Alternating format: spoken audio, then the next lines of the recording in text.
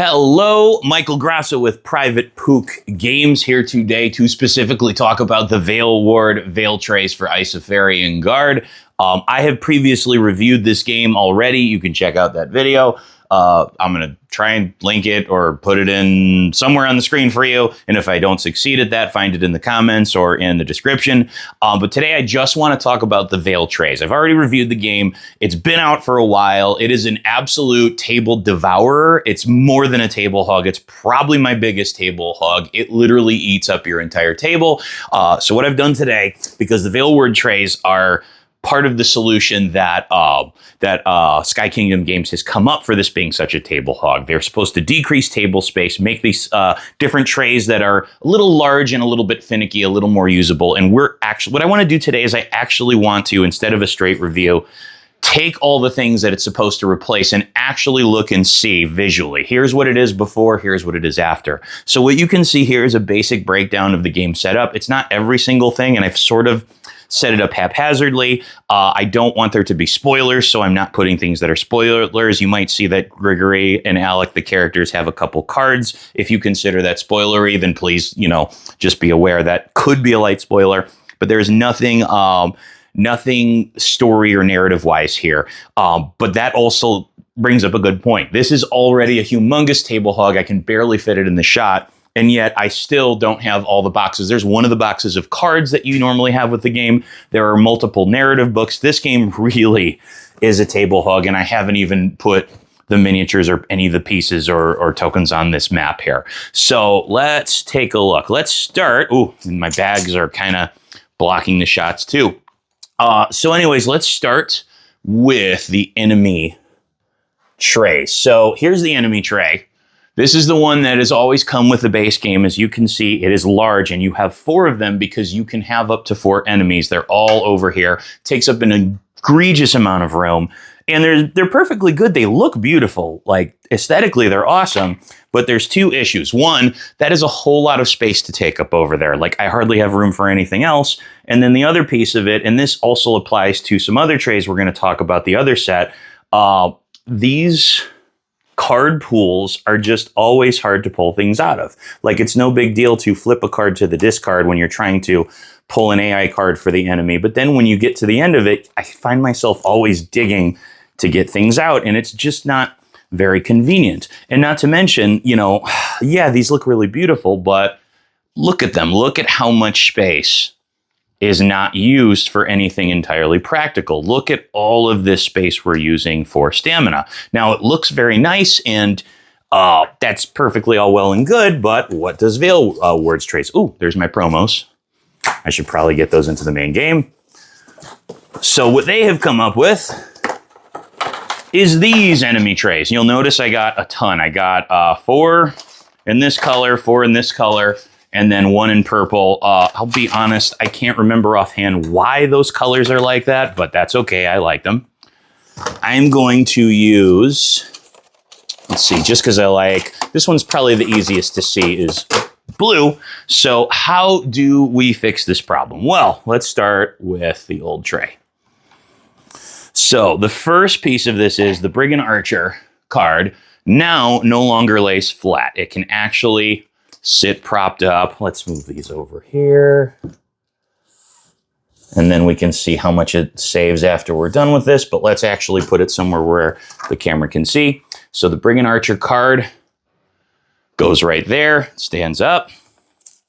These cards go into this pool on the left, and this is honestly, to be honest, even more so than saving table space. My favorite thing is these card wells now make it really easy to just push down and get the cards up. I don't have any more fingernail scraping cards or digging in there like I'm trying to pick somebody's nose to get the card out of here. So it's very nice. That right there is very good.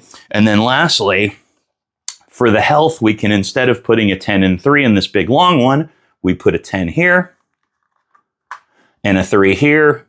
And I was not a humongous fan of Dungeons of Infinity, but if you ever have played Dungeons of Infinity, you can see they used sort of the idea they had for those boards here to save space. And I think that was a really good idea. And then for the stamina cubes, boom, we put them here. and every time they're used, we put them here. Now, the other thing this does that I really like is, let's say we put a status cube on this enemy. In this one, there was really no space dedicated for that. Now, if we ever have a chip, I'll just pull one of Grigory's for this. That's not a status chip. If there's ever a status chip, I know this green token probably isn't applicable, but if you ever do have something, boom, you put it right here. You can put positive ones and negative ones, however you'd like. It just ends up being a lot easier. So now that we've looked at that one, I'm going to go ahead and set up, move these cards over. Man, there are so many components in this game. Let's go ahead and actually set up 4 of these and see what it ends up looking like. So let's get rid of 4 right there. Let's get rid of enemy 3. Already, you want an example of how much space you're saving. Well, look at that. It's not quite, but almost half of the space it's taking up. And then here are others over here. I'm going to take away 2 and 1. And while I guess one could say these are not quite as aesthetically artsy as the other ones, that is an absolutely mind-boggling space saver. Oh, I can't use my words today. It's clearly Monday. So right away, you know, I don't know whether you'll aesthetically like these, but if you're looking to save space, this is an absolute game changer for the Enemy Trayz. This is just so much more usable, and I can get cards out quicker. This actually does really well, and a lot of times when you have things that prop up cards, I get annoyed because they bend the cards. This one doesn't, so that's pretty excellent. So good place to start. Let's move these bags over so we can see now. Now the other piece of this is we now have new trays for the guards status trays. Now right away, if you compare this to the old one, like here's, let's see, probably Grigory's makes more sense. If you look here, you can see that we are just not going to accomplish the same space saving as we did before. That's just not going to happen. However, I do think these are still kind of worth it, because let's go ahead and we can take, so I'm going to go ahead and move Alec over a little bit just so we can look very closely at just Grigory, and hopefully in the process not bump the camera again, as funny as that might have been. So first, let's talk about what bothers me about this tray. Same thing as before. It looks beautiful, but if you look, these are cards where every time you use most of them, at least the ones that are abilities, you're supposed to flip them. And when you're trying to flip them, you gotta dig in there and try to not scratch the boards, not scratch the cards. I actually got to a point where the way see right away, I'm trying to do an example. I ended up laying the cards partially out of the wells because it was so annoying over time to do it any other way. So I would literally wedge the cards like this. So I am putting the cards into this tray incorrectly, because incorrectly works better than correctly. That clearly means that something's got to change. Now, they do look beautiful. They're wonderful components. But now we take these in, and the first thing that we may notice is there are the wells. I don't have to put them in incorrectly anymore. I can literally just pull them out super quickly. Flip, flip. It is so nice and easy. I still have these areas for me to put my status chips if I ever get any positive status chips that give me strength, or if I give any that are negative that give me poison or whatnot. They're nice and easy to put in here. They're designed so that I can stack them much easier, to be quite honest. And then for any of my Isofarian Guard abilities, like Cross Slash right here, this is an early one, so it's not a spoiler.